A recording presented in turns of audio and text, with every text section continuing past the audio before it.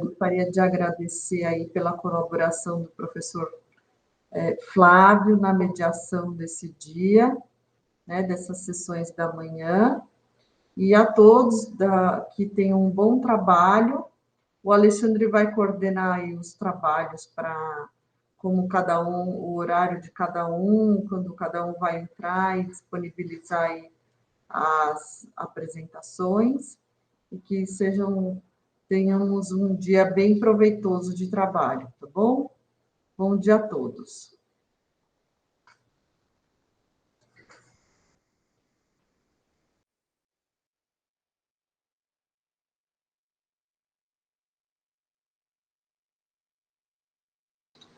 Deixe-me ver quem já está aqui presente.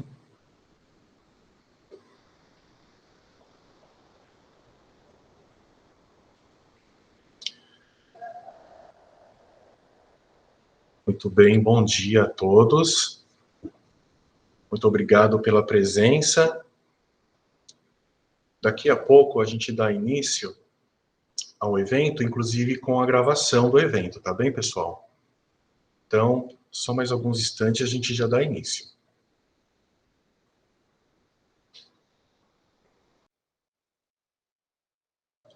Tudo bem.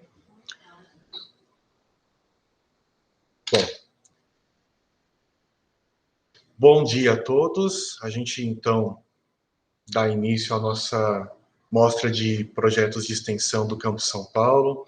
Essa é a terceira sessão que está sendo realizada nesse evento deste ano. Tivemos a fala da nossa coordenadora de extensão de início, obrigado, Ana. E hoje teremos mais alguns trabalhos que serão apresentados, que foram aprovados para esse evento.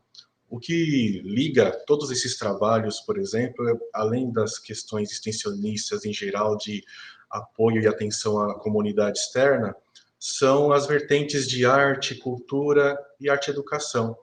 Então, isso é bastante interessante como essas vertentes integram os projetos que estarão sendo apresentados hoje por meio de trabalhos. Tá? Hoje nós teremos a condução para a mediação do professor Flávio Valadares, professor do Campus São Paulo, que prontamente atendeu ao nosso convite e estará à disposição na condução da mediação dos nossos trabalhos dessa manhã. Tá? Eu vou passar algumas orientações preliminares que vocês já conhecem a partir das orientações iniciais, mas reforçando estas, teremos 4 trabalhos nessa sessão, tá? Cada um dos trabalhos das equipes dos trabalhos terão 15 minutos para apresentação, como regra geral, e momentos para discussões. Lá, na sequência, nós passaremos a palavra ao professor Flávio, que irá indicar a dinâmica da nossa manhã. Então, de antemão, eu desejo a todos um grande evento, uma grande participação e um ótimo momento de compartilhamento de experiências. Eu passo, então, a palavra ao professor Flávio, nosso mediador dessa sessão. Com você, professor Flávio. Obrigado, Alexandre. Bom dia. Sejam bem-vindos, sejam bem-vindas à terceira mostra, né, de projetos de extensão do Instituto Federal Campus São Paulo, um projeto, um evento, né, que vem aí se fortificando, se fortalecendo, e é muito importante para a nossa extensão. Eu queria combinar, se vocês concordarem, que 2 apresentações sejam feitas e a gente faça o debate, né, a conversa, os comentários, as perguntas e tudo, e depois as outras 2 apresentações. Vocês concordam? Pessoal do projeto 1, do projeto 2. Ok, Sim. Flávio, para mim tudo bem. Por mim, tudo bem. Porque aí a gente não perde muito o fio, né, do que é comentado. 15 minutos, e aí eu quero combinar também que como a gente está no Meet, tem a mãozinha, né?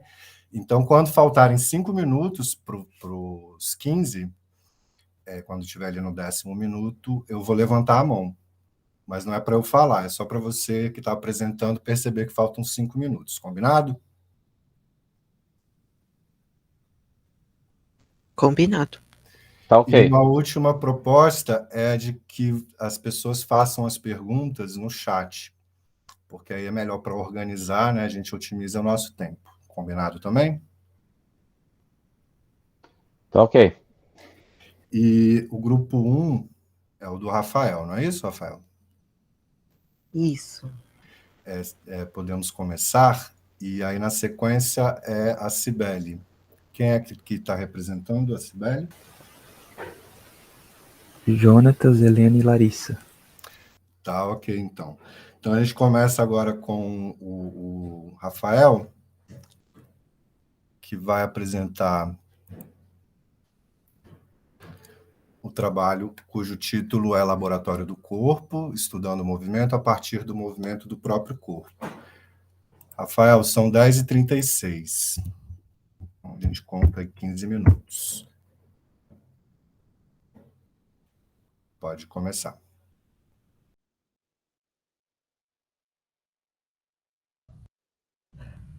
Bom dia a todos. Apenas antes da gente começar, eu gostaria de apresentar aqui o grupo. Eu sou aqui o grupo do projeto Arte e Ciência.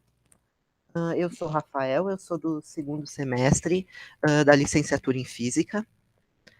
Bom dia, sou o Maicon, também sou da licenciatura em Física, no caso do 8º semestre. Também faço parte do projeto. Bom dia, eu também faço parte do projeto, também estou no 8º semestre. Meu nome é Ondia. Também aqui no nosso grupo estão aí o Augusto, ele acabou não conseguindo comparecer pela questão aí do horário, que acabou dando esse atraso, ele acabou não conseguindo, e também o Victor. Então, somos 5 aqui, bolsistas, elaborando a nossa proposta, conduzidos pelo professor Leonardo Kroschik e também por alguns outros professores da licenciatura em Física. Bom, falando um pouco sobre o projeto Arte e Ciência na Escola, ele é um projeto de extensão vinculado ao Instituto Federal de Educação, Ciência e Tecnologia de São Paulo. Nasceu em 2015, sob a coordenação do professor Leonardo Kroschik, ali da licenciatura em Física. E ele conta com a colaboração de diversos professores e artistas. E o objetivo aí central do nosso projeto é discutir a arte, a ciência e a educação, visando elaborar propostas de intervenção artísticas e científicas que serão promovidas em escolas parceiras aí do projeto, buscando aí esse diálogo com a comunidade externa do Instituto. Antes do princípio da nossa proposta, né, como o professor Flávio, que está conduzindo, citou, né, explorando o movimento a partir do movimento do próprio corpo, antes dessa proposta, temos o princípio aí do laboratório do corpo, que já é um tema que vem sendo explorado há alguns anos no projeto Arte e Ciência. E o que seria o laboratório do corpo, né, que é esse princípio que antecede a nossa proposta?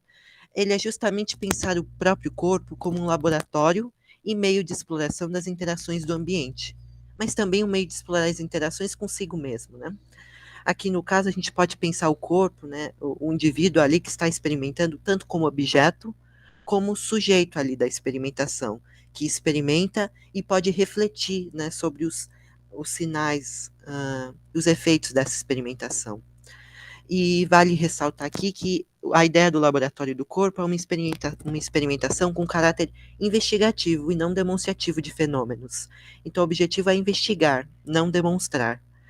E, por fim, ele busca proporcionar, isso mais específico para a proposta que a gente vai trazer hoje, para esse ano, o Laboratório do Corpo também vem com essa proposta de proporcionar um olhar não limitado a antropomorfizar o movimento, isso é, pensar o movimento apenas humano. É claro que ele vai começar com essa investigação pelo trabalho com o corpo humano, né, dos alunos, das pessoas envolvidas, mas ele busca ir além, expandir essa visão sobre o corpo e aqui no caso sobre o movimento, que acaba também sendo o tema central da nossa proposta. Então, pensar o movimento do corpo humano, mas também expandir essa visão de corpo e de movimento. Agora, pensando então a proposta em específico elaborada nesse ano, a gente buscou acertar alguns objetivos para ela, né, na hora de fazer essa investigação do movimento, que é tema central dela. A gente buscou que fosse uma proposta que desenvolvesse uma compreensão experiencial das 3 leis de Newton, também desenvolvesse uma compreensão experiencial dos elementos associados à teoria da evolução e à especialização, e também trazer um desenvolvimento da consciência corporal a partir do diálogo entre imagens científicas e artísticas. Até que, como a gente representou, né, eu fiz esse compilado aqui, são todas imagens e GIFs que a gente utiliza ali no diálogo com os alunos com que a gente trabalha a oficina. Então, buscar essa consciência corporal a partir do diálogo entre imagens científicas e artísticas, e também buscar uma ampliação do repertório a respeito das expressões culturais ligadas ao corpo, né? Pensar aí tanto manifestações artísticas quanto esportivas. E, por fim, também buscar um exercício da expressividade dos alunos com essa proposta, né? Sobretudo ali pensando na ideia da experimentação no laboratório do corpo. Mais especificamente, a nossa proposta, estudando o movimento a partir do movimento do próprio corpo, como nos movemos, ela vai ser uma proposta que vai buscar explorar o movimento através de uma perspectiva investigativa, problematizadora e dialógica com as artes e as ciências, sobretudo com a física e a biologia, aí pensando nas ciências. Essas 2 áreas aí das ciências da natureza acabaram se sobressaindo muito durante a nossa pesquisa.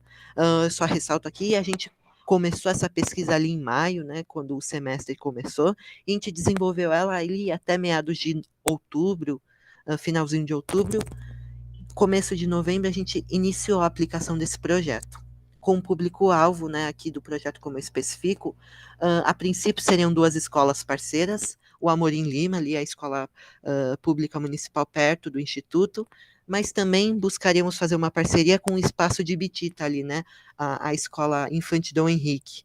Só que aí, por conta aí das greves, do contexto da pandemia, esse contato ficou um pouco mais restrito. Mas aí o nosso público-alvo se constitui de alunos que cursam o 8º e 9º ano ali da escola do Amorim Lima, né? 8º e 9º ano do ensino fundamental. E essa proposta, então, ela é um conjunto de 4 módulos semanais, ali variando de aproximadamente 1 hora em torno disso, cada proposta.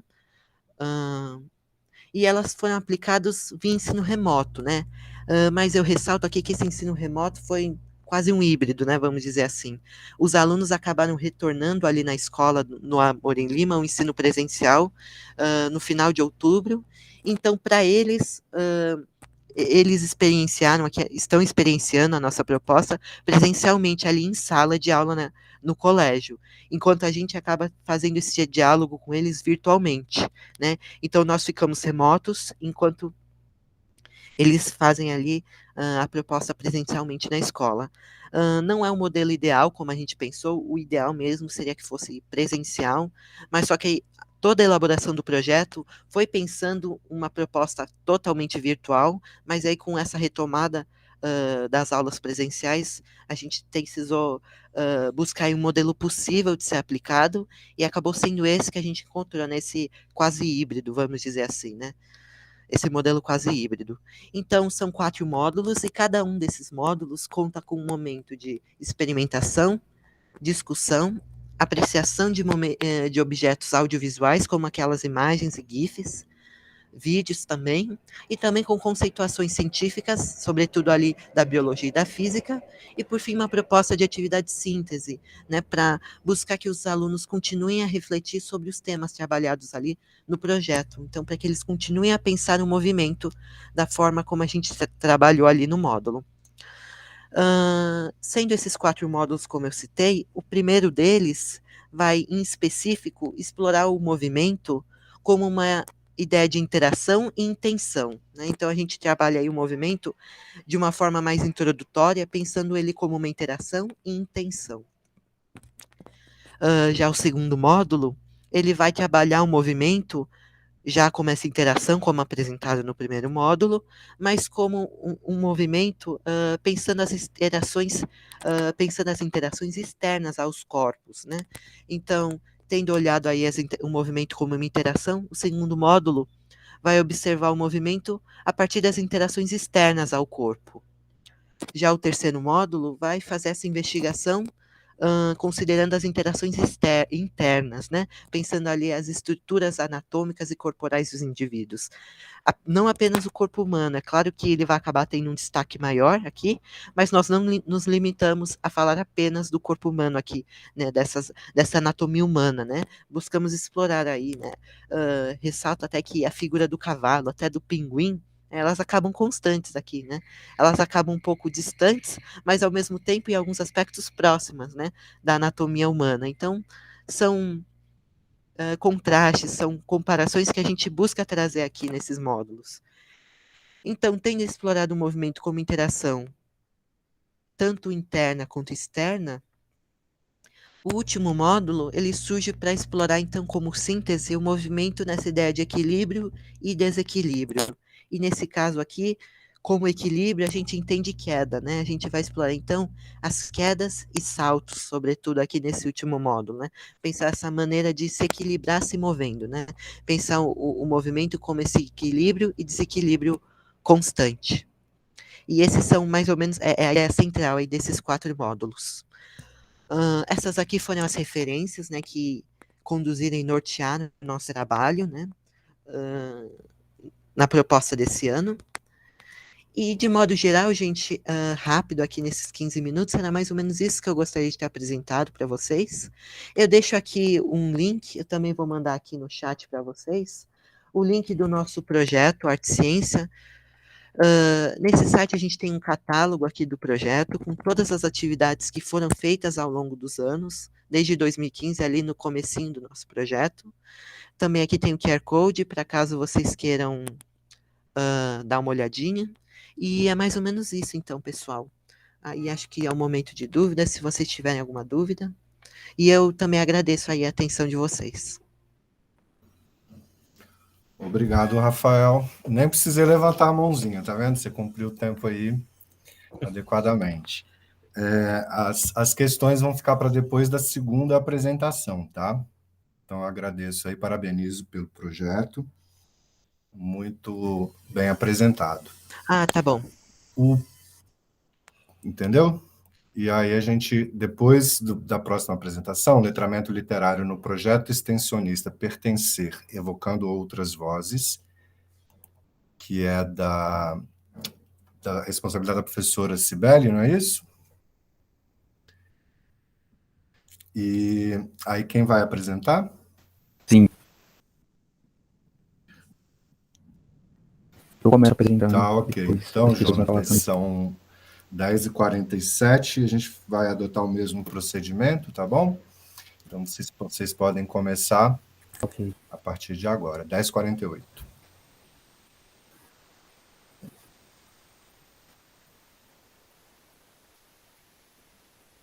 Bom dia, gente. Meu nome é Jonatas. Eu, junto com a Helena e com a Larissa, faço parte da área de letramento literário, que faz parte de um projeto maior, que é o projeto Pertencer. Vocês estão enxergando o slide, só para eu ter certeza? Sim, Sim. tá, Ok. está bem visível. Ok. O projeto Pertencer, ele teve início em 2017. Ele inicialmente era vinculado apenas à reitoria e tinha o objetivo de fazer atividades com as crianças da comunidade do entorno, que eram migrantes latino-americanas, sobretudo bolivianas ou filhas de imigrantes, fazer atividades para elas se apropriarem do português, da língua portuguesa. Inicialmente era esse o objetivo.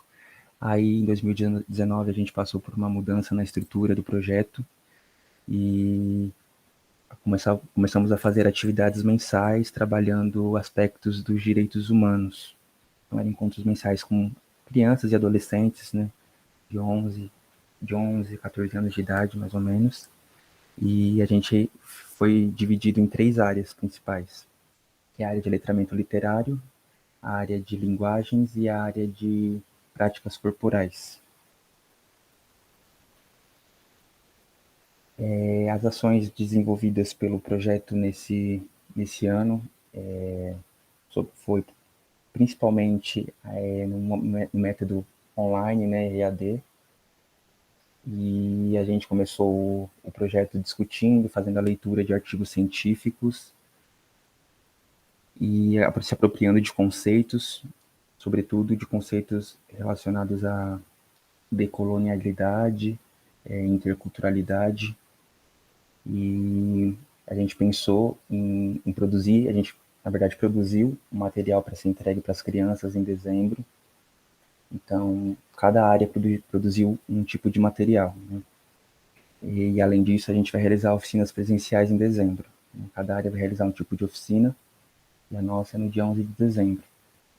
E aí, durante essas leituras de artigos, essas discussões que a gente fazia semanalmente, a gente discutia, por exemplo, o conceito de interculturalidade crítica, que tem a ver com o questionamento das diferenças e das desigualdades que foram perpetuadas ao longo da história, em relação a grupos étnicos, raciais, grupos de gênero ou de orientação sexual.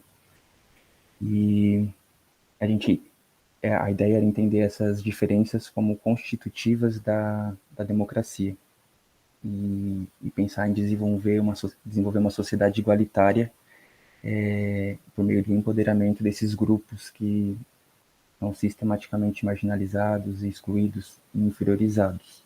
Além disso, também a gente trabalhou com o conceito de decolonialidade, né, pedagogia decolonial, que tem a ver com pensar em outras formas de saber, de poder, além do conhecimento hegemônico, além da ciência hegemônica eurocêntrica. Pensar em outras formas de saber que coexistem com essa ciência também. Não são menos importantes, não são menos válidas do que essas, que já são mais disseminadas, mais populares. E aí, a partir disso, a gente, na nossa proposta de material, a gente trabalhou com uma entrevista que a gente realizou com um xamã indo-amazônico. Ele é boliviano, mas mora no Brasil há alguns anos. Então, a gente entrou em contato com esse xamã, marcou uma entrevista, realizou essa entrevista e produziu um livro a partir dessa entrevista. Vocês estão enxergando o livro? A capa? Sim. Ok. E aí, na entrevista, a gente trabalhou alguns pontos. Primeiro, o que é um xamã, né? Que é como se fosse um curador da cultura indígena, cultura andina também, e que tem algumas formas de realizar curas. Ele, especificamente, trabalha com plantas medicinais. E aí ele contou algumas histórias sobre o surgimento da coca, que é uma folha muito importante para a cultura boliviana, né? Tem várias propriedades, falou sobre a importância das cores e falou sobre um mito da volta do deus Inca Viracocha, que tem uma questão social intrínseca a isso. Larissa, você pode continuar? Claro. Bom dia, gente. Então, continuando a apresentação do nosso material, nós abordamos o conceito de xamã, que basicamente significa aquele que conhece, né, segundo a definição do Intiwawa, e existe esse saber em várias outras culturas, que também pode ser chamado por outros nomes, e enfim. Nós apresentamos no livro as plantas medicinais que ele trabalha, sendo uma delas a ayahuasca, que ele chama de chicó de espírito, é uma planta que ele usa para limpar o espírito, é um processo que tem que ser feito no silêncio, com concentração, é utilizado música, ele faz esse tipo de atendimento aqui no Brasil também.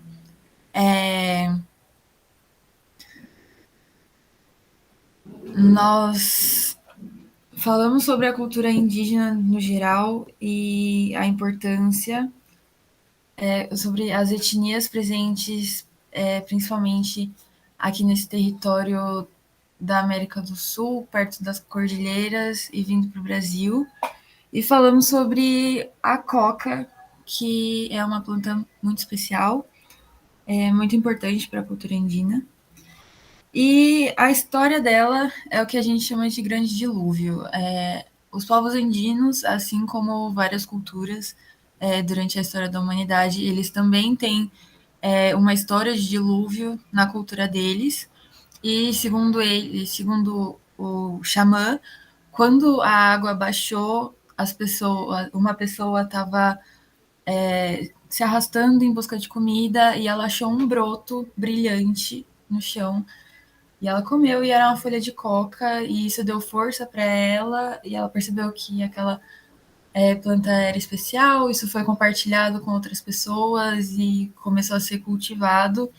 E hoje em dia a coca ela é utilizada para várias coisas, inclusive dor de estômago é considerada uma planta medicinal, mas também pode ser usada para oráculo.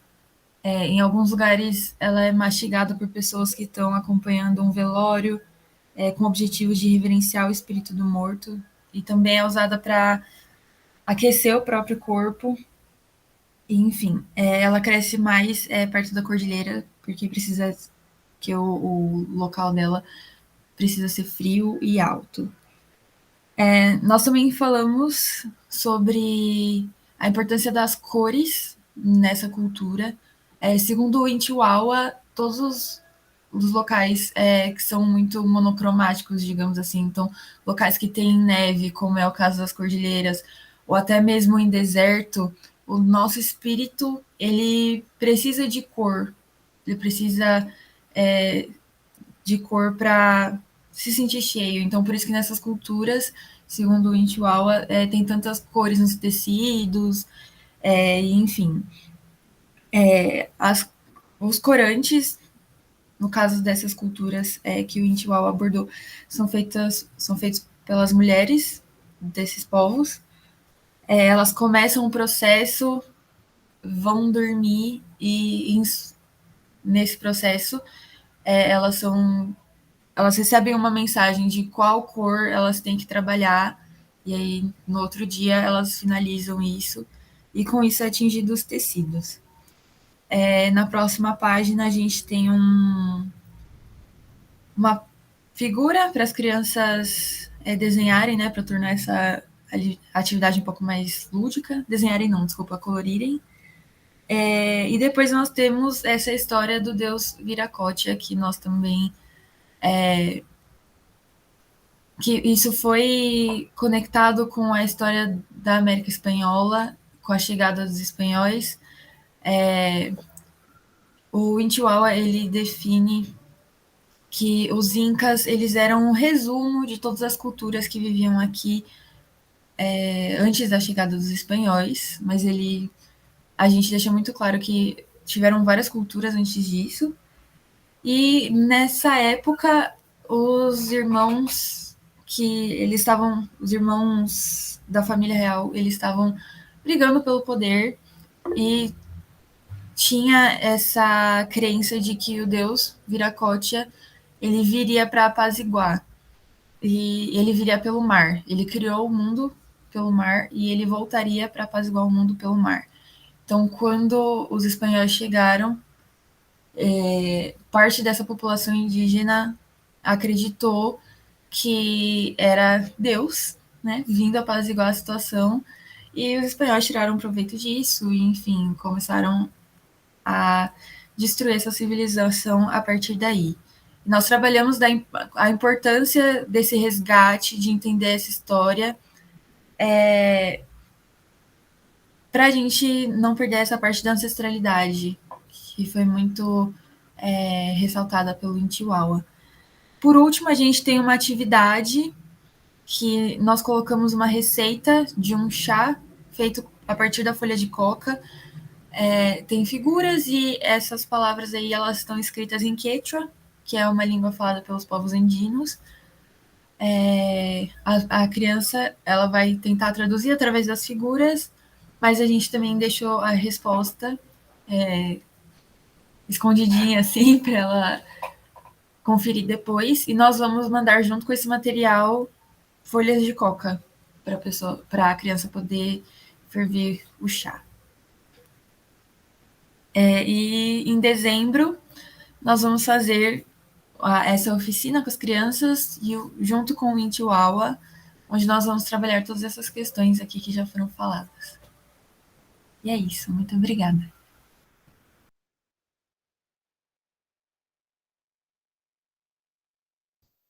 Ok, Larissa, Jonatas e Helena, parabéns pelo projeto. Realmente um trabalho muito primoroso aí que vocês estão fazendo. Abrimos agora para perguntas, para comentários, para questionamentos, e após essa etapa a gente passa aos outros 2 projetos com a apresentação. Então, estamos abertos aí para as perguntas.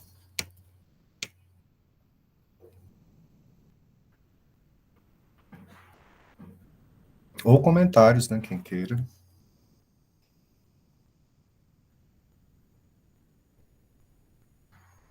Não? Bom, então eu vou fazer uma pergunta para o projeto 1, do Rafael. A escolha que vocês fizeram para o 8º e 9º ano do Fundamental 2, essa escolha teve algum requisito específico? Se vocês pensaram isso para público-alvo, como foi esse processo? Também, Michael e Ondia, se por acaso vocês também quiserem complementar minha resposta, fiquem à vontade. Essa questão do público-alvo, a princípio, a nossa proposta inicial para a oficina seria 9º ano, né? A gente buscou elaborar ali um público que tivesse assim um contato já imediato, né, com a física, ou estivesse tendo, né, como é o caso do 9º ano, que pelo currículo, né, ele acaba já tendo um pouco mais desse, vamos dizer, essa base, né, a respeito. Mas aí a gente viu que estender esse projeto, né, para algumas outras turmas, por exemplo, o caso do 8º ano, também poderia ser uma boa opção para observar, né, como a aplicação da oficina poderia possibilitar esse contato com a física e as ciências, né, até a biologia, de maneira diferenciada, né. A gente até também pensou elaborar a oficina para um 6º ou 7º ano, mas só que pensando também a questão da faixa etária, a gente buscaria também algumas adaptações que talvez modificassem um pouco a oficina, buscando torná-la um pouco ainda mais lúdica nesse sentido, né, buscando atender aí as necessidades desse público-alvo um pouco mais distinto, né. Normalmente, turmas de 6º, 7º ano, talvez requerissem um pouco mais esse lado um pouco mais lúdico da nossa parte no momento de apresentar a oficina, né. E talvez, às vezes, alguns temas que nós fôssemos tratar, surtissem um efeito de maneira diferente ali com o 6º ou 7º ano. Então, nós optamos pelo 8º e 9º ano, justamente por essa proximidade, talvez um pouco maior com os conteúdos que a gente fosse trabalhar, e também pela maneira aí como a gente elabora a oficina e os temas que a gente vai retratar ali. Então, foi mais ou menos nesse sentido, então, buscando essa proximidade aí dos alunos com os temas que a gente trataria.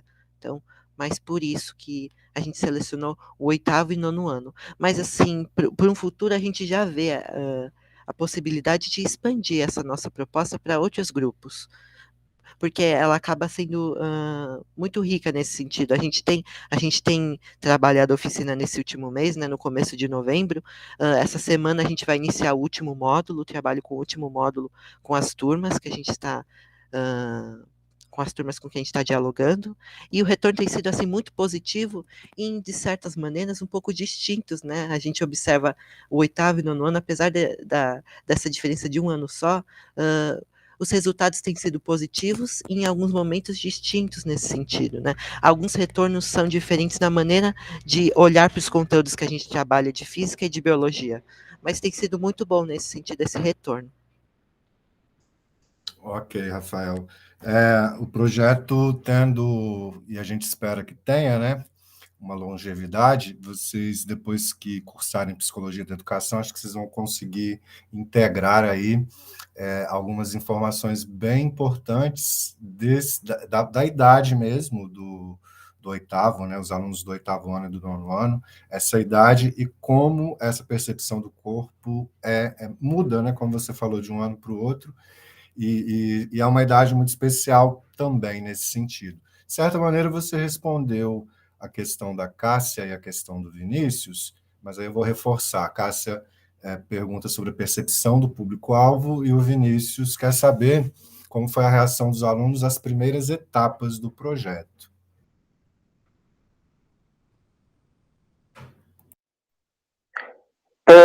Eu posso comentar a respeito dessa pergunta? Então, nas primeiras semanas da aplicação do projeto, foi bem divertido, porque nós entramos como um elemento surpresa. Os alunos não sabiam muito como que seria esse encontro, né? Que era um encontro virtual, e eles lá na sala de aula, né? Aí, como cada módulo ele tem um momento de apreciação dos GIFs, das imagens, e também tem uma etapa de experimentação, e depois uma etapa que fala mais propriamente dos conceitos, né? Deu para perceber que, pelo fato deles serem mais novos, quando chegava no momento da experimentação, eles ficavam muito alegres, muito empolgados com aquele momento, sabe? Que era o momento que eles saíam da telinha e exploravam com o próprio corpo. Então, aí nós tivemos um retorno muito positivo, inclusive quando nós pedíamos as atividades para eles ao fim do encontro, que era pedindo para eles fazerem um desenho, um vídeo, alguma forma que aquele encontro reverberou para eles, né? E aí, nossa, o retorno foi bem legal, assim, eles mostraram vários vídeos dançando, né, desenhando também, foi um retorno bem positivo, e assim, a cada encontro eles ficam cada vez mais empolgados. Então foi mais nesse sentido, sabe? O fato deles serem mais novos ajudou bastante no andamento da proposta do projeto. Muito bom.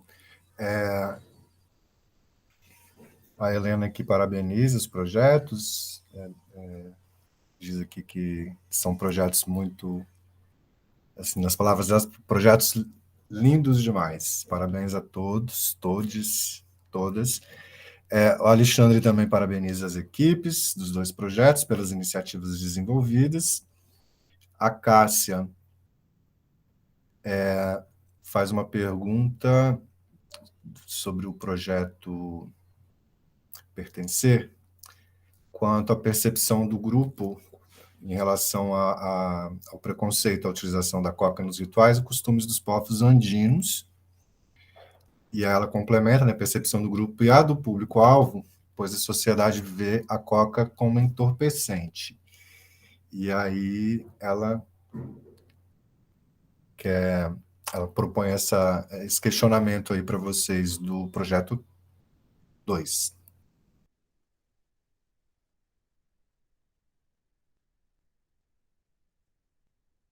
Você quer responder, Helena, sobre isso? Eu posso responder. Então, esse preconceito seria preconceito de quem? Da comunidade boliviana? Nosso? Eu não entendi. Nós aqui, a equipe? Oi, pessoal, bom dia. Deixa eu tentar explicar a minha pergunta, né? Atualmente, pelo menos assim, o que a gente estuda na escola, o que a gente vê, todo mundo, quando fala coca, a folha de coca, a gente leva isso para o lado do entorpecente, né? Tanto é que um livro que me marcou muito foi As Veias Abertas da América Latina, onde descreve, né, que os andinos mascavam as folhas para poder suportar o árduo trabalho que desempenhavam. Então,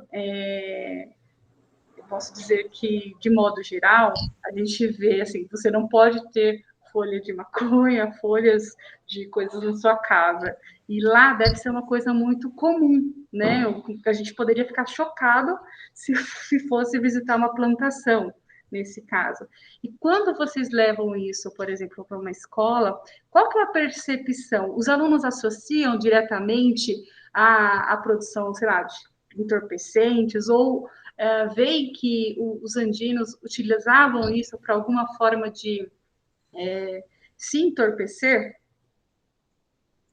Então, a nossa intenção ao produzir esse material, depois da gente ter discutido teorias da decolonialidade, né, da educação intercultural, a nossa intenção ao produzir esse material é justamente trazer a voz de um xamã, porque nós entendemos que essa voz, ela foi tradicionalmente silenciada, porque houve aí, né, a valorização e a legitimação de um conhecimento só, né, que é o eurocêntrico, justamente para mudar ou ampliar a visão, né, da própria Coca, nesse caso, né. Nós não temos como responder como foi a reação ainda da comunidade, porque nós não distribuímos o material, nós não vamos levar isso para uma escola, nós vamos vamos distribuir esse material para as crianças do Projeto Pertencer, que são crianças da comunidade boliviana, do entorno do Instituto, né? E nós vamos distribuir esse material também depois que a gente realizar uma oficina com o Intiwawa, que é o Yatiri, o xamã, né? E o material, né, ele tem, eu acho que tem tá claro que ele está explicando, ele está apresentando a folha de coca, não como um entorpecente, mas como um vegetal, uma planta, né, que tem propriedades medicinais, ela também tem uma história, ela está associada à ancestralidade de um povo, né. A gente só pode ter esperança, né, de que vai ajudar a quebrar aí um pouquinho o preconceito. Entendi. Muito obrigada, Helena. Muito obrigada. Ok, Helena. Não, só para fazer um adendo, a gente que trabalha com o ensino de português para hispânicos, é um projeto do Campus São Paulo também, a gente basicamente tem ali como alunos o público de bolivianos. E, de fato, essa questão não passa por eles como droga, como entorpecente. De fato, é da cultura deles, e eles veem como vocês mostraram aí no material de vocês. E aí pode ser que no contato com os brasileiros isso até se altere, mas eles, como bolivianos, eles não veem dessa maneira. Eu tenho uma pergunta que é assim, o público, como vocês disseram, é basicamente de bolivianos. Vocês têm alguma perspectiva de envolver os pais, ou, de fato, o foco será o público, no caso aí, o público infantil, né?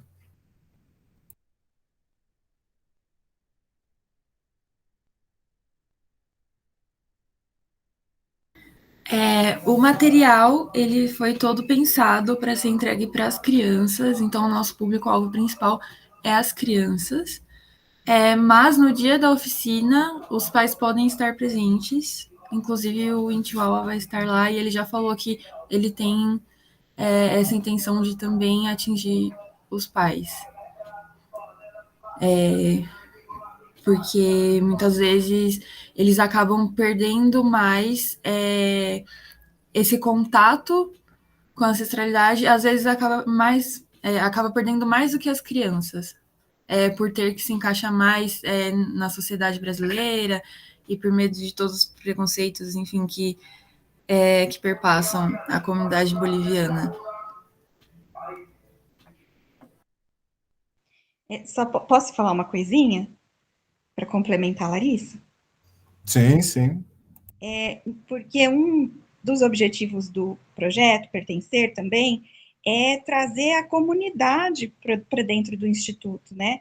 Acho que é importante a gente saber que essa comunidade boliviana está olhando os muros do Instituto há uns cerca de 20 anos, né?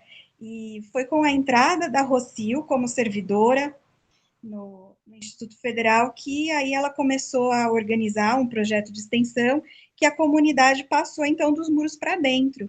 Então, a gente, trabalhando com as crianças não vão sozinhas, né? Então, a gente também tem a intenção de mostrar o Instituto para os pais, informar os pais que a educação pública superior de qualidade, o ensino médio técnico também é um direito deles, né? Que o Instituto está ali, ele é uma instituição pública que, se eles quiserem dar continuidade aos estudos deles, também eles podem considerar esse instituto. Ok.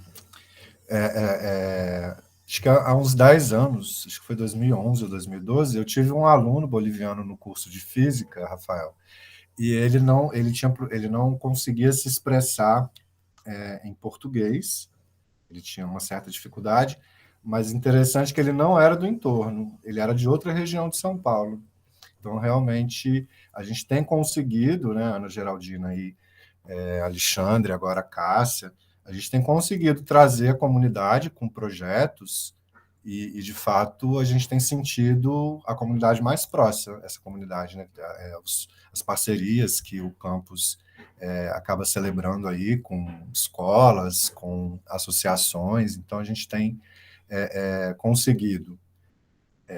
E é sempre importante um projeto como esse, porque esse sujeito boliviano ele precisa desse pertencimento como boliviano, mas, ao mesmo tempo, ele está no Brasil, ele está em São Paulo, uma diversidade cultural bastante acentuada, e para ele é importante marcar esse território do seu pertencimento, da sua ancestralidade, e, simultaneamente, conseguir viver socialmente aqui no Brasil, aqui em São Paulo, e ter a vida que supostamente ele espera ter aqui, né? E com isso vem os filhos, e os filhos também precisam de recuperar essa herança e conviver com essa cultura brasileira que a escola vai propiciar, mas também não perder esse vínculo com a cultura original, né?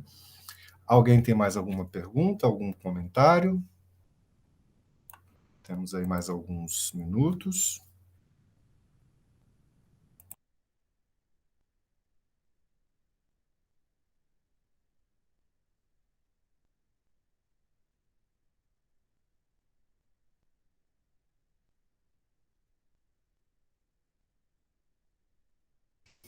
Não?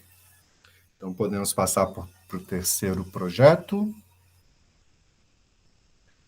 Alexandre, Ana Geraldina, Cássia, querem fazer algum tipo de comentário?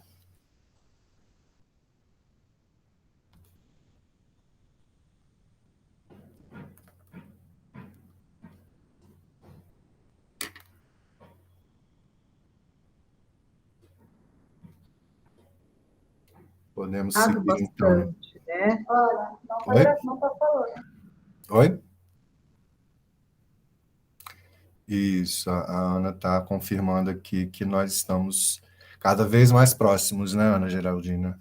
A comunidade está se achegando, digamos. Sim, e agora com os cursos de português que tivemos, né? Acho que foi uma aproximação grande e também com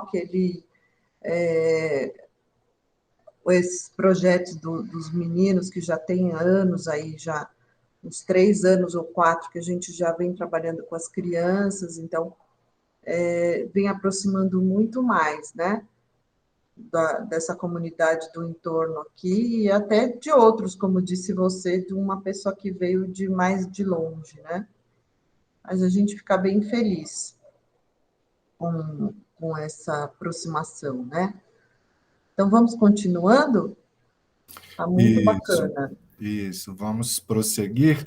Agora, os outros dois projetos, primeiro, Abrace um Autor, o concurso literário e podcasts, e depois, na sequência, Arte Mundana, circuito artístico e cultural. Ambos têm o professor Vinícius como orientador, né, propositor, enfim. Vinícius, você que vai fazer a apresentação?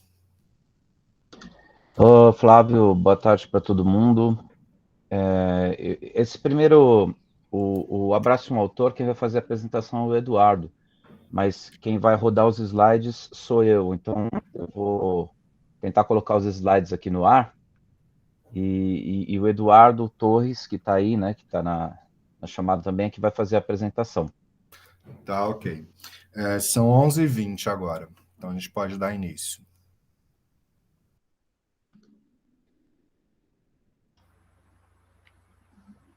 Bom dia a todos. Eu sou Eduardo Torres, eu sou aluno de licenciatura em Letras no Instituto, e eu vou falar sobre as realizações do projeto do Abraço um Autor nesse ano. Eu tive a oportunidade de participar desse projeto como voluntário, e depois eu me tornei bolsista de um projeto irmão, né, um projeto co-irmão que também se intitula Abraço um Autor. Só que aí é na parte mais voltada ao ensino.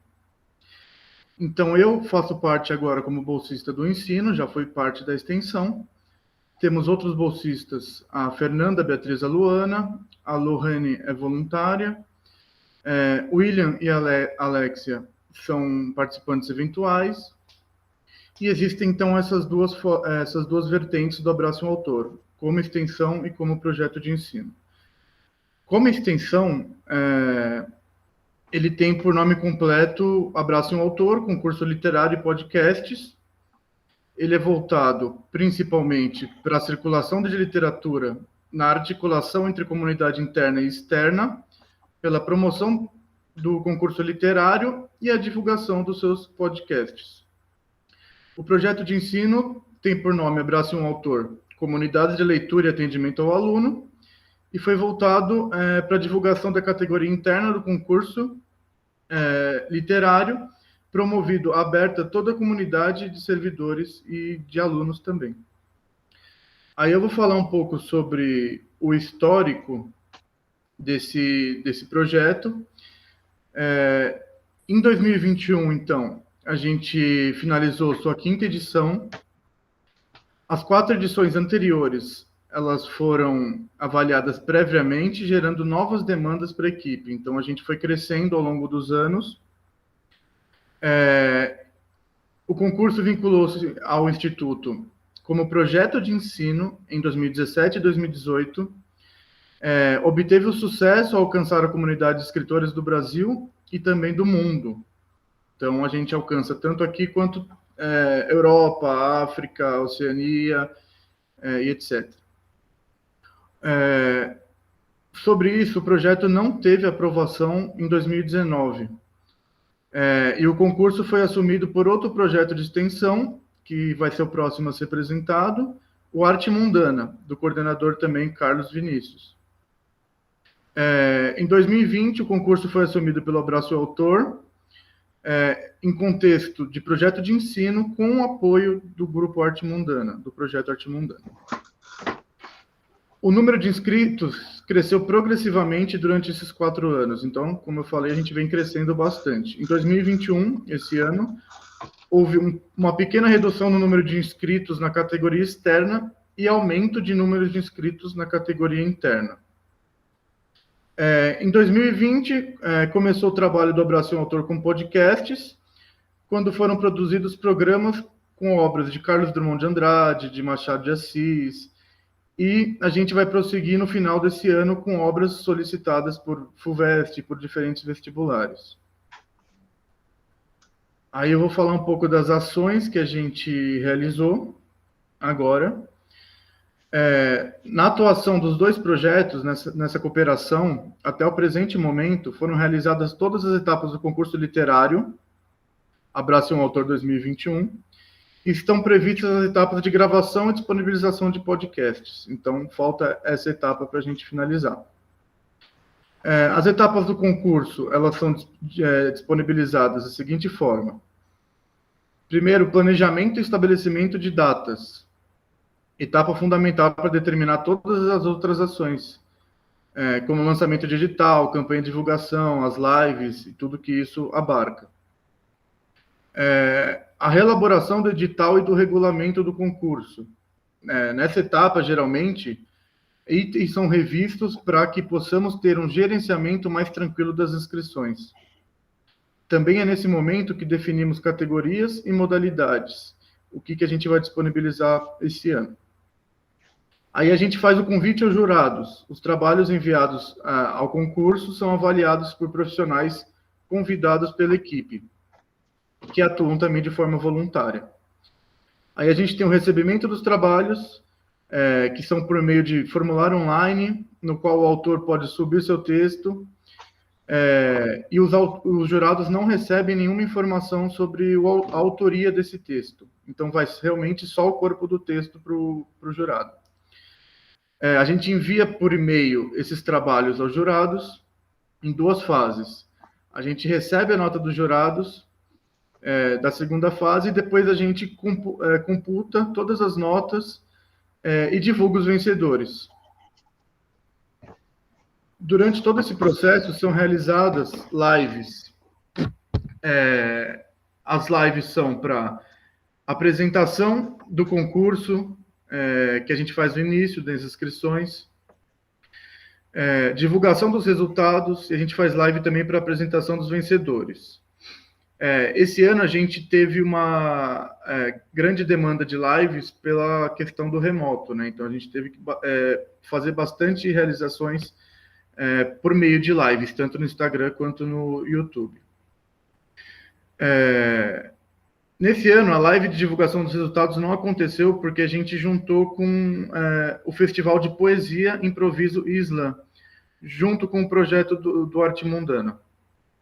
Durante o festival, a gente revelou os resultados do concurso e também a gente coloca como destaque do projeto o lançamento da revista eletrônica Odisseia Literária, periódico do Instituto Federal, que traz os vencedores de edições do concurso literário de edições anteriores do concurso literário. E os podcasts, eles estão voltados para obras exigidas nos vestibulares diferentes desse ano. A gente redige esses podcasts e voluntários, junto conosco, a gente disponibiliza gratuitamente na plataforma Anchor. Eles incluem etapas de pesquisa, tanto biográfica quanto de obras do autor, roteirização, gravação e edição desses podcasts. Em virtude da demanda grande do concurso literário, os podcasts serão produzidos entre os meses de novembro e dezembro. Não são previstas participações externas ao grupo extensionista e calcula-se que devam produzir áudios de 10 a 20 minutos. A ideia é que sejam realizadas com gravações de áudio caseiras, posteriormente que a gente edite esses áudios, e consolidadas em arquivo único, alojado na plataforma Anchor e divulgado pelo Spotify. Agora eu vou falar, agora aqui na tela a gente vê a live dos vencedores que a gente realizou esse ano, né, com participação dos vencedores do concurso. Se me permite, Eduardo, Sim. Rapidinho, esse rapaz aqui na esquerda, na figura esquerda, ele se chama José Bembo, ele foi segundo colocado na categoria de crônica e ele fez a transmissão diretamente de Angola, só para pontuar isso. E aqui são as peças de divulgação que a gente teve para esse ano, com a Lohane e a Fernanda, apresentando o concurso, fazendo convites para as pessoas, gravando vídeos, mas é só para dar um destaque aqui. Isso, a etapa de divulgação ela é bem pesada, a gente faz bastante divulgação. E, como eu disse também, e o Vinícius pontuou muito bem, a gente tem participantes do mundo inteiro em língua portuguesa nesse concurso. Os resultados até agora, então, a nossa equipe acredita que a gente atingiu o público que a gente pretendia. Dentro desse contexto de pandemia, a gente consegue divulgar o concurso e a gente teve diversas inscrições entre escritores dentro e fora da comunidade, e numericamente a gente teve um sucesso bem considerável. A gente ultrapassou o recorde de inscrições na modalidade interna, a gente teve 40% a mais, e obtivemos o segundo maior número de inscrições gerais, contando interna e externa. A gente perdeu apenas no número geral para o concurso de 2020. A gente conseguiu também atingir mais áreas artísticas com a nova modalidade, que a gente colocou somente esse ano como inauguração, que foi a modalidade de quadrinhos. E o público atingido foi dividido entre escritores já publicados, escritores estreantes, alunos do Instituto, servidores, pela primeira vez, a gente conseguiu inscrições de servidores, e não se restringiu aos servidores efetivos. A gente recebeu também inscrições dos servidores das empresas terceirizadas que fazem parte dessa comunidade que a gente vive. O formulário ele não previa essa possibilidade, mas a gente acatou, a gente achou muito legal essa possibilidade dos terceirizados também poderem fazer parte. Isso mostra o interesse de produção literária em outras camadas sociais e faixas de renda na instituição, fato que a gente achou bastante positivo. A criação da modalidade de quadrinhos não teve o mesmo alcance de outras modalidades, talvez porque o foco da divulgação, aproveitando os espaços em blogs e redes sociais, tudo online, né, ainda estivesse centrado em espaços literários, não exatamente de quadrinhos, né. Mas a história do evento mostra que o número de inscrições nas modalidades vai aumentando à medida que elas se consolidam ao longo das edições do evento. Isso aponta para a variedade da iniciativa e a importância da continuidade de premiação nessa modalidade em 2022. Eu vou falar sobre as considerações finais, então. A gente iniciou o trabalho mais tarde, porque em virtude das indefinições que a gente teve no Instituto Federal, mas a gente conseguiu atingir nossos objetivos. A insistência na realização do concurso literário amplia sua credibilidade ano após ano. Com a finalização do concurso literário, a perspectiva de trabalho associa-se ao desenvolvimento e disponibilização dos podcasts enquanto mídia didática alternativa.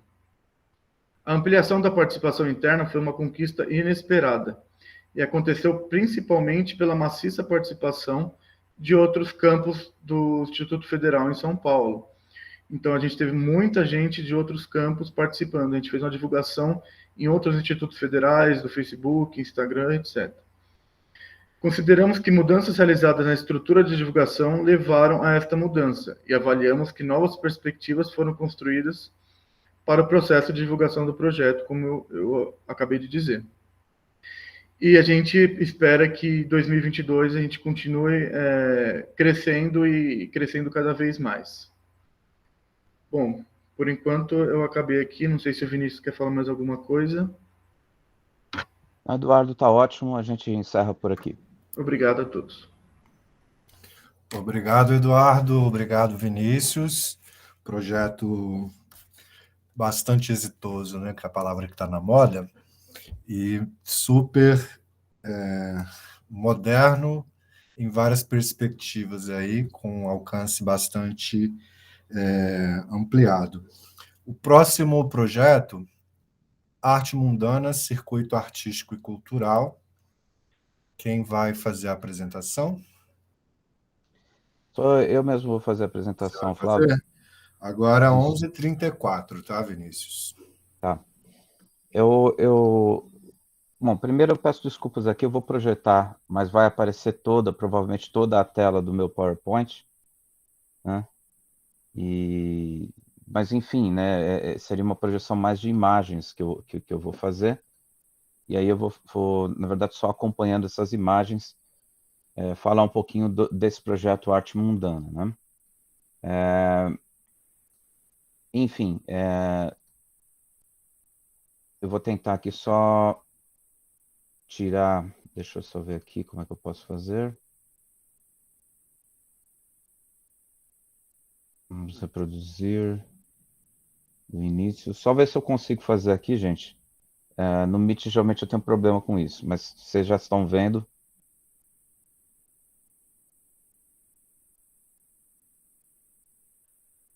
Sim, aparece aqui com os slides à esquerda, menores. Mas Tá bom. a visualização está boa. Tá bom. Então, vamos lá. Bom, nosso projeto é o Arte Mundana. Então, só contando um pouquinho para quem não conhece o Arte Mundana, nós somos um projeto de extensão da mesma idade do projeto Arte e Ciência na Escola. Nós começamos também em 2015. Nós já vimos há 7 anos trabalhando com arte e cultura. Nossa intenção desde 2015 era criar um circuito cultural, um circuito em que nós trouxéssemos diversas manifestações culturais, diversas manifestações artísticas, e que elas pudessem integrar a comunidade interna e a comunidade externa dentro dessas realizações. Nós fomos acertando isso com o tempo, né? Nós fomos descobrindo possibilidades de fazer essas realizações, e chegamos em 2021 com uma série de eventos já testados em outros anos que deram muito certo, como o FEMUF, o FEQUAD, o FEPS.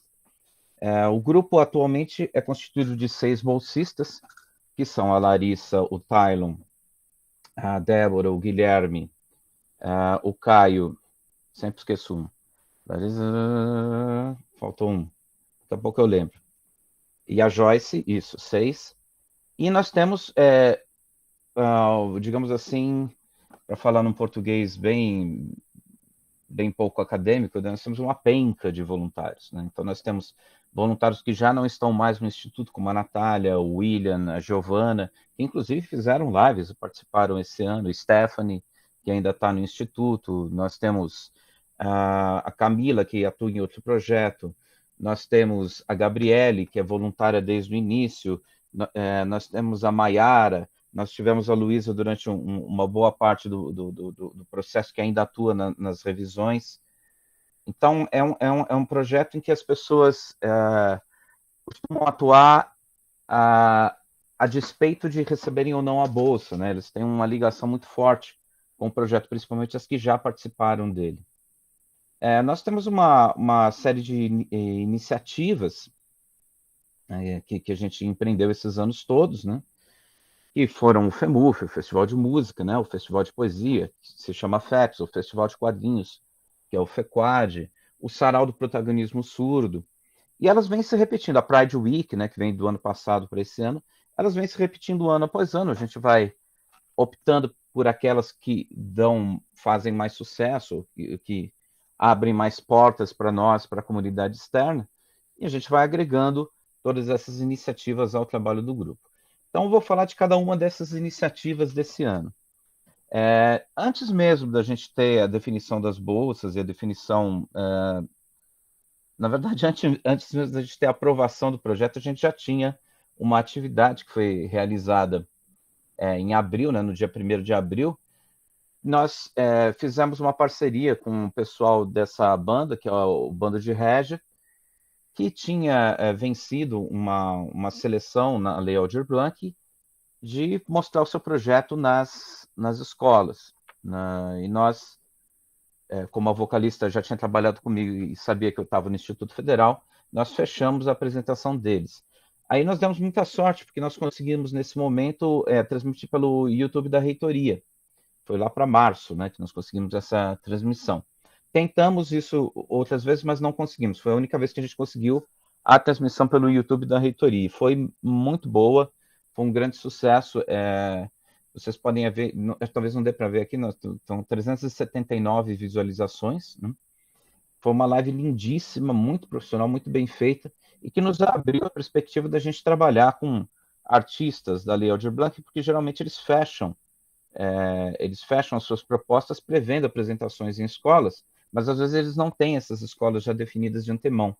Então, ao conversar com esses artistas, a gente pode conseguir apresentações de altíssima qualidade, muito bem feitas, e que a gente tem o trabalho mais de divulgar e de fazer circular na comunidade.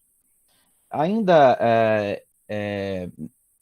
lá no início, quando ainda a gente não tinha fechado mesmo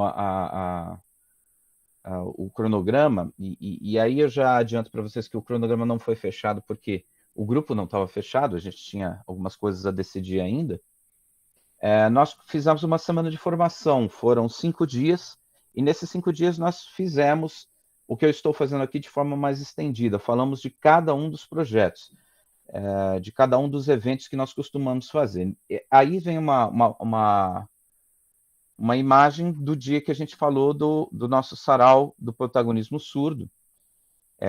Então aí nós temos uma imagem dentro de uma imagem, né? Então aí você tem a transmissão do YouTube e a imagem que eu utilizei para mostrar como é que a gente estava produzindo esse sarau. Nós nesse dia contamos com tradução e interpretação de Libras do Instituto. Também foi a única vez que nós conseguimos, né? Depois nós acabamos não conseguindo mais tradução e interpretação de Libras do Instituto, e foram 5 dias que nós apresentamos o FEMUF, as iniciativas literárias, falamos de tudo que nós fizemos. Essa semana de formação foi aberta ao público, além das pessoas que eram do projeto, outras pessoas que têm interesse nos eventos, que gostam de saber como é que a gente faz, também participaram. Ela não teve um público muito grande, mas como ela ficou disponível posteriormente no YouTube, ela recebeu mais visualizações depois. Bom, aí nós realizamos o evento que é a Pride Week, que é um evento que teve duas propostas básicas, né? Esse evento normalmente é comandado pela Natália Biston, que nem está mais no IFE, nem mais é nossa aluna, mas que continua na área de atuação, continua trabalhando com cultura. E nós fizemos uma parceria com a Natália, nós conversamos sobre os convidados, sobre as pessoas que iam participar, nós conseguimos trazer vários convidados, e aqui nós temos a chamada Live do Orgulho, né? Que é o último dia da Pride Week, tradicionalmente a gente faz isso, né? Tradicionalmente é engraçado, teve 2 anos eu falo tradicionalmente, mas a gente termina a Pride Week com uma live com artistas da comunidade LGBTQIA+. E foi o que a gente fez nesse dia. E foi muito interessante. Aí teve uma apresentação conjunta entre a Débora e o Guilherme, que aparece aí na tela. E nos outros dias nós fizemos 3 lives e nós fizemos também uma parte formativa. Se vocês quiserem conferir tudo que a gente fez, é difícil de falar de todas as coisas, que eu mesmo não lembro tudo, né? Mas todos esses vídeos que aparecem aqui estão no YouTube do Arte Mundana, e aqui você tem uma série chamada Grandes Personalidades LGBTQIA+, e que nós trouxemos pessoas, alunos do Instituto ou não, para apresentar personalidades LGBT que se destacaram na história do movimento. Então, nós produzimos também um material formativo, além do material ao vivo próprio daquela semana. Nós fizemos também 3 lives mundanas. Nossa previsão era de 7 lives mundanas, mas a gente teve que apertar um pouco o calendário, né? Teve uma questão com as bolsas, elas vieram depois, e elas vieram também em menor número, de forma que eu também tive que pensar em algumas outras soluções para os outros participantes. Mas aqui nós tivemos 3 lives mundanas. Essa foi a primeira, com a Maite Schneider, que trabalha com empregabilidade de pessoas trans. Foi a Natália que apresentou. Depois nós tivemos uma com a Lohane Olivetti, que é uma astrônoma mirim, né, de Minas Gerais, de Belo Horizonte. E nós tivemos uma última com o Tiago Beroco, que era um advogado que tratava da inclusão de pessoas com deficiência. E foi bem interessante esse trabalho, tá? Aqui eu fiz uma besteira, obviamente, e agora vamos para o FEQUAD. O FEQUAD é o festival de quadrinhos nosso, né? Festival de quadrinhos que a gente realiza todo ano. Esse aí é o Cliff, que sempre participou de todas as nossas edições. Esse ano foi online, ano passado também foi online. Nós fizemos entrevistas com pessoas do setor de quadrinhos, fizemos um sorteio do Batman, edição de luxo no Finessantes, e o FEPQuad foi realizado em 7 dias também. O FEPS foi realizado, desculpa, o FEPQuad foi realizado em agosto, se não me engano, né? Desculpa, setembro, né? Acho que ele subiu em setembro, mas foi realizado em agosto, né? A gente colocou ele online em setembro. Nós fizemos o FEPS em outubro. Ele foi feito por meio de lives, né, no YouTube. Aqui é o Vicente Reinaldo, que é um repentista. Nós tivemos o Varnesi, que é um cordelista. Nós tivemos o Lucas Agostini, que é um ex-aluno, que foram 3 entrevistas lives. E nós tivemos também 3 eventos de participação coletiva. O concurso de poesia de 1 minuto, o microfone aberto e o slam, que geraram vídeos que são muito engraçados. Se vocês quiserem acompanhar depois, eles estão lá no YouTube. Nós temos também o FEMUF, que é o nosso último evento do ano, que ele está em processo de inscrição. Se você tem músicas a apresentar, ou se você é compositor ou cantor, ou quer se inscrever, você pode se inscrever aqui no FEMUF. Está aberto, ele vai de 29 de dezembro, de 29 de novembro, vai até 5 de dezembro. Sempre no dia 5 de dezembro nós vamos fazer uma live ao vivo com 4 bandas, vai ser bem interessante. Eu já vi que eu tenho pouquinho tempo, então eu só vou falar no geral, né, das considerações finais. A gente trabalhou com os impactos da pandemia novamente esse ano, então a gente viveu dentro de um ambiente de muitas incertezas. A gente não sabia se ia voltar presencial, se não ia voltar presencial. Nós tivemos esse problema, inclusive, para pensar no FEMUF, porque a gente tem que pensar isso no início do ano e a pandemia não espera, né? Ela se recrudesce de uma hora para outra, então a gente realmente não sabia como fazer. Nós tivemos várias incertezas também em relação à estrutura. Nós solicitamos várias vezes intérpretes e não conseguimos, solicitamos determinadas ações, sei lá, transmitir pela reitoria, só conseguimos uma vez e tudo. E aí a gente caminhou no meio dessas incertezas e acabou conseguindo fazer o que deu, né? Também a questão das bolsas, né? Eu perdi alguns bolsistas que tiveram que arranjar um emprego, né? Tiveram que tentar se virar nessa situação. Mas, de qualquer forma, nós trabalhamos de forma a maturar o projeto e a repensar principalmente a estrutura de trabalho, que foi dividida em equipes dentro da equipe. Então, nós tínhamos uma equipe de divulgação, uma equipe de planejamento, uma equipe de execução, como se faz mesmo projetos culturais pelo universo fora do IFE, né? Sempre aquele problema, aquela questão de divulgação, né? Como a gente ficava mudando de rede social, ia para o YouTube, para o Instagram e tudo, isso acabou aumentando os nossos seguidores no YouTube, diminuindo um pouco no Instagram. Não chegou a diminuir, mas a gente sentiu que não teve a mesma resposta. E a nossa aposta no modelo das lives foi uma aposta que pagou o preço de que as lives ficaram desgastadas, não só no nosso projeto, mas no geral. O número de pessoas participando das lives de 2020 para 2021 caiu, não só para nós, mas como para a maioria dos artistas, a maioria das pessoas, porque a gente tem a impressão, e aí conversando com outras pessoas também, do meio cultural, de que esse modelo, de certa forma, se esgotou. E que era um modelo substitutivo, que as pessoas pensaram que duraria por um tempo, mas que ele se estendeu e foi embora. Essas são as nossas referências. Eu agradeço a oportunidade de apresentação, agradeço ao Flávio, agradeço ao Alexandre, que sempre apoiou bastante os nossos 2 projetos, sempre nos ajudou. Agradeço ao pessoal da extensão, e é isso. Ok, obrigado, Vinícius. É um super projeto, na verdade, né? São vários projetos dentro de um, e todos muito importantes e que envolvem realmente a nossa comunidade, tanto interna quanto externa, e sempre com muito sucesso, né, Vinícius? Isso aí a gente precisa sempre registrar que são eventos realmente que trazem muitas pessoas para a participação, tanto na apresentação de próprios trabalhos, quanto na participação como espectadores. Vamos abrir aqui para as perguntas. A Cássia faz uma sugestão, você viu aí, Vinícius? Eu conheço o Wattpad, Wattpad, na verdade, que fala. A gente, na verdade, tem alguns parceiros de divulgação, o blog Concursos Literários Rodrigo Domit.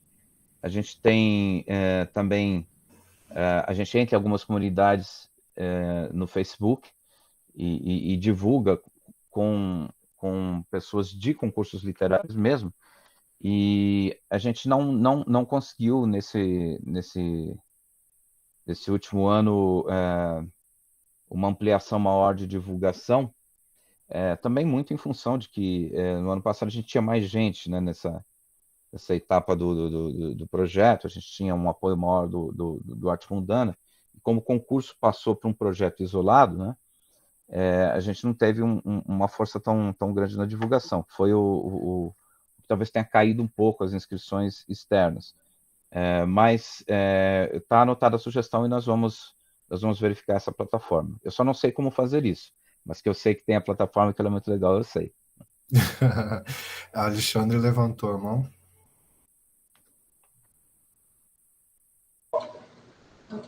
Olá, boa tarde a todos. Então, para o Vinícius, que é o coordenador dos 2 projetos que foram apresentados agora, eu parabenizo pela iniciativa já de anos.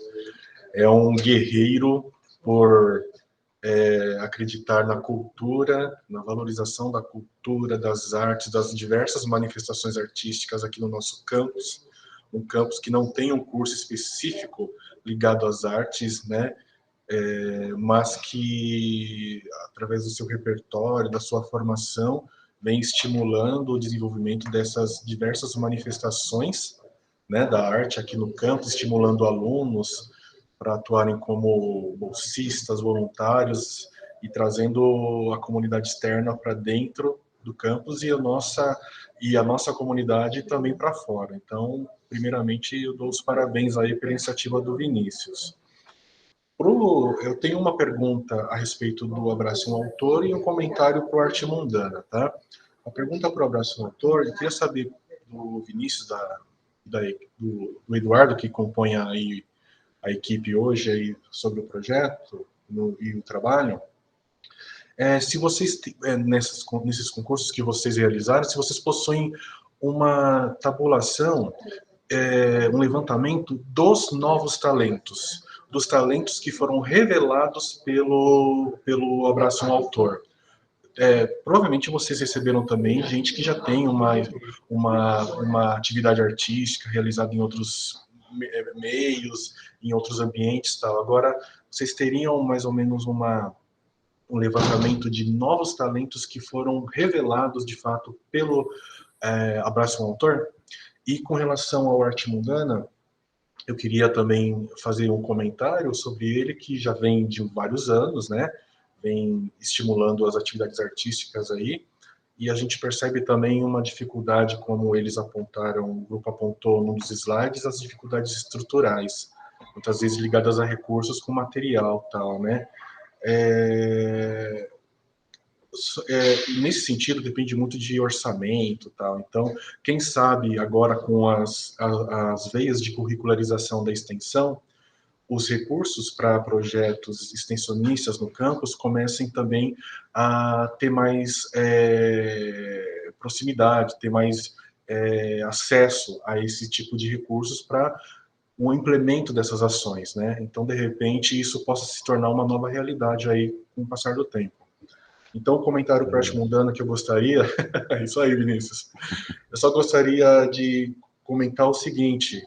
Eu só senti falta dos extensionistas aqui, podendo trazer um pouco do Arte Mundana. Por que isso? Porque o projeto acaba contemplando uma multidisciplinaridade, assim, várias áreas do campus, então, estão inseridas no Arte Mundana. Então, portanto, há uma discussão e um diálogo entre as várias áreas de conhecimento aqui do campus, e todas confluindo para o diálogo com relação às manifestações artísticas. Então, seria interessante ter promovido aqui nesse encontro também um pouco, alguns exemplos que se fossem, né, dessas manifestações dos extensionistas aqui no evento, né? Fica só o comentário aí para pensar também, talvez, nos próximos, né? Mas parabenizando aí a iniciativa do Arte Mundana, que realmente é um promotor da arte aqui no campus e que precisa realmente continuar, tá bem? Obrigado. Obrigado, Alexandre. Eduardo, Ok, quer? Alexandre. Ok, Eduardo. Alexandre. O Eduardo vai responder? Eu só gostaria de comentar que a gente tem uma planilha que mostra de onde que vem as inscrições, qual país, qual localidade, o que a pessoa é, se ela participa de outros concursos, se ela é nova escritora, se ela é uma escritora experiente, já tem livro publicado. Então, a gente tem vários gráficos que mostram mais ou menos a vida dessa pessoa, né? Para a gente poder realmente conhecer mais de onde estão vindo essas inscrições e quem são os nossos inscritos. Então, eu acho isso bastante importante, só esse comentário que eu gostaria de fazer. Eu quero complementar o que o Eduardo colocou, dizendo que quando a gente faz a live dos vencedores, geralmente eles aparecem e a gente pergunta se já tem livro publicado, e alguns dizem, não, por exemplo, o Antônio Oliveira, que venceu nosso concurso de conto, ele é um cara de uma cidade, e ele vai me perdoar se eu esquecer, se ele um dia ver mas eu esqueci o nome da cidade dele, de Alagoas, que é uma cidade que tem, acho que, não tem 20 mil habitantes. Ele ficou em primeiro lugar em conto. E ele foi a primeira vez, o primeiro destaque literário que ele teve.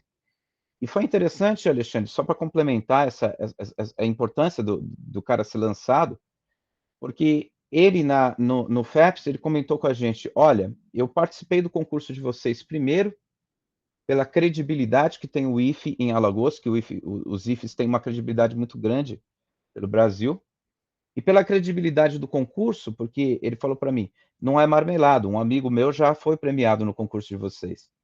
Então, conforme o concurso vai se expandindo, vai fazendo as coisas com seriedade, isso vai sendo reconhecido. E isso, nossa, me encheu de orgulho na hora, né? Fiquei super vaidoso, né? Do cara, ele já conhecia o concurso, o que é um bom sinal, um sinal que a gente está tendo um atingimento maior. E ele, mais do que já conheceu o concurso, ele acreditava no concurso, né? Acreditava na credibilidade do concurso.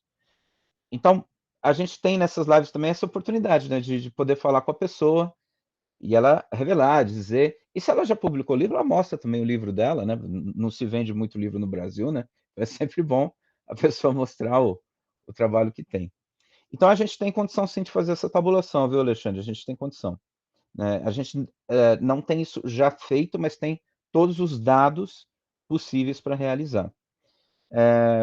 Eu torço, jogo as mãos para o céu para que um dia a gente tenha verba, porque cada vez que eu tenho que contratar um intérprete, assim, eu tenho que refazer todos os meus orçamentos e todas as estruturas, né? Não é uma coisa barata, não é uma coisa fácil de fazer, mas é uma coisa na qual eu acredito. Agora, eu acho que com a curricularização, né, a gente teria pelo menos a oportunidade de pressionar alguns setores dentro da instituição e dizer, olha, isso está dentro da formação do aluno, né? Não é porque às vezes parece que a extensão é um apêndice, né, da formação tripartite, né? Você tem a pesquisa, você tem o ensino, e você tem a extensão, mas é meio que um primo pobre. E eu acho a extensão tão importante quanto os outros dois pilares. Quanto a pessoa vir apresentar, e eu devo conversar para você que tudo que você me disse, eu disse para eles várias vezes no nosso WhatsApp. Falei, pelo amor de Deus, gente, alguém tem que apresentar, alguém tem que participar. Mas eu não consegui, as pessoas parece que têm aula no horário, eu tenho voluntários que estavam trabalhando, então eu não consegui deslocar ninguém para fazer essa apresentação. O Eduardo se dispôs a fazer a apresentação. Amanhã eu nem vou participar, vai ser a Camila e a Maiara, mas infelizmente para o Arte Mundana eu não consegui uma pessoa. Mas eu queria dizer que o que você disse, por exemplo, a respeito da quantidade de pessoas diferentes que participam, nós temos pessoas de engenharia de controle e automação, engenharia eletrônica, turismo, licenciatura em letras, né? e é uma discussão de cada um até características de trabalho são diferentes. É engraçado isso, né? Um dia talvez eu escreva a respeito, né? Quando eu tiver mais tempo, eu escrevo algo a respeito, que é uma experiência muito interessante mesmo. Quer dizer, por exemplo, você tem que ter uma parte técnica para fazer um FEMUF, mas você tem que ter uma parte artística, né, para pensar como é que você vai fazer um fundo e coisas do tipo. Mas eu queria... Já fica a dica para um dos artigos para a MPEX do ano que vem, hein, Vinícius? Sim, uma boa. Eu acho que está acabando aqui o tempo, mas eu queria aproveitar que o Alexandre está na tela e dizer que o Alexandre foi fundamental para a gente conseguir colocar esses projetos adiante, para a gente conseguir acertar, né? Isso, eu tenho 3 projetos e nem sempre eu estou atento a todas as coisas que precisa fazer em cada um deles na parte mais burocrática, né? Eu fico muito focado na questão de gerenciar os meninos. O Alexandre me ajudou muito nisso, então eu quero agradecer ao Alexandre, aproveitar essa oportunidade de agradecer ao Alexandre. Queria agradecer ao pessoal da extensão pela paciência comigo. Eu sou um cara muito chato, né? Eu sou um cara que enche o saco de todo mundo, quer fazer as coisas, mas é pelo bem, não é para perturbar as pessoas, né? Eu fico perturbando, eu quero que meus projetos sejam aprovados, eu quero ter bolsista, eu sou assim mesmo. E queria agradecer também, terminar agradecendo também parabenizando a todos os projetos que aqui estavam, né? A gente precisa continuar a fazer esse trabalho. Vamos ver como é que vai ficar na curricularização, mas eu gostaria de não perder os projetos que já temos, né? Que a gente já tem. E queria agradecer especialmente ao Flávio, que foi jurado do nosso concurso Abrace um Autor em 2021, fez essa gentileza para nós. Obrigado, Flávio. Eu tenho sido, e eu não sabia se podia falar, né? Eu tenho sido e eu tenho percebido uma evolução bem considerável, assim, as próprias estruturas das narrativas, as histórias mesmo, né, as temáticas, tudo, eu tenho percebido um desenvolvimento bastante, e isso tem a ver com o êxito, né, do projeto, com o sucesso da divulgação, as pessoas se motivam, veem, né, como você disse aí, que não existe nenhum tipo de tendência ou de privilégio ou qualquer outro tipo de ação aí que leve a uma desconfiança do procedimento todo de seleção, então isso tudo também conta, né? Bom, eu sempre estou à disposição, claro, para... não participo do FEMUF porque eu tenho vergonha de cantar em público, né? Eu só canto depois de umas cervejas assim no videokê, mas o dia que eu tiver coragem eu vou lá e canto. O Eduardo aqui cita a sua resiliência, né? Guerreiro resiliente, está aí com o universo te apoiando aí atrás, né? E a centopeia, que é o Vinícius, eu fico pensando onde é que ele arruma tempo, né? Porque é tanta coisa.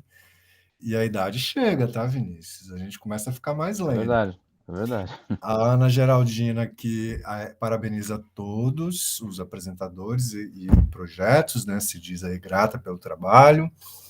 O Rafael também cita, né, projetos muito interessantes, a extensão como protagonista no Instituto, e nesse papel aí de intercomunicação, de retroalimentação mesmo, né, Rafael? Porque o ensino, a pesquisa e a extensão precisam desse movimento de retroalimentação, porque um subsidia o outro e é subsidiado por esse outro, e a partir disso a gente consegue avançar aí nesse processo todo. Alguém tem mais pergunta? Algum comentário? A Cássia, Ana Geraldina, Alexandre, querem fazer algum tipo de comentário?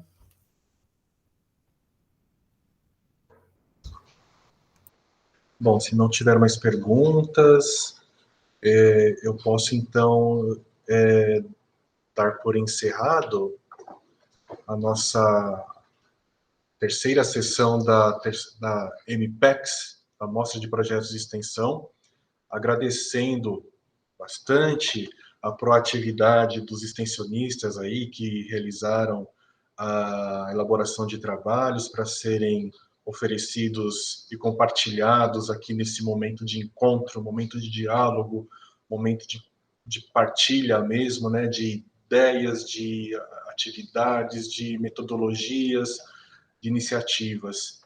Então, meus parabéns a todos pelas equipes coesas, as equipes que se reúnem em torno de um propósito, que não se fecham em si mesmas, mas sempre agregam elementos que tornam essa atividade compartilhada e contribuem para a formação não só dos alunos, mas também de todos os envolvidos, né?